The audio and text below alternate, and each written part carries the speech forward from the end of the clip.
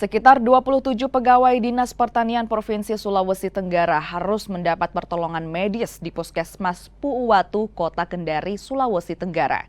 Seluruh korban mengalami pusing, muntah, dan sakit perut.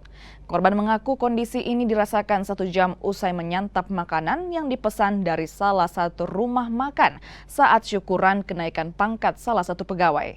Sementara itu, Kepala Puskesmas Puuwatu memastikan dari hasil pemeriksaan seluruh pasien dinyatakan keracunan makanan.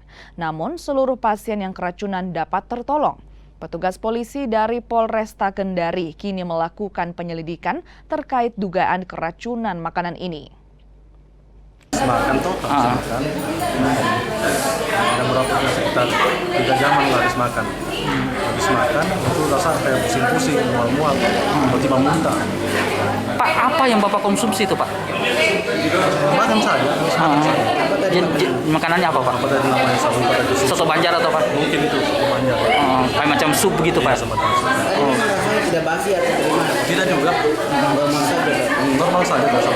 Oke. Pak, sebenarnya dalam acara apa sebenarnya tadi, Pak? Ada apa namanya? Habis acara kenaikan pangkat ASN. Oh gitu, Pak ya. Jadi syukuran gitu, Pak ya. Ada kasus keracunan KIW karena dari gejala yang kami dapatkan itu seperti mual, pusing, muntah dengan sakit perut itu sudah pasien alami. Jadi secara tidak langsung kami sudah beranggapan ini sudah kasus KIW, keracunan makanan yang diakibatkan dari makanan soto Banjar. Soto Banjar gitu, Bu. Dengan gejala awal pasien itu pusing-pusing, mual, muntah, dan sakit perut. Bu, berapa orang pasien kita ini, Bu?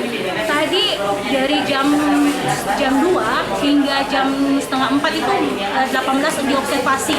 Tapi jam 4 ini sudah 20 pasien yang masuk dengan 20 pasien. kasus yang sudah BAB.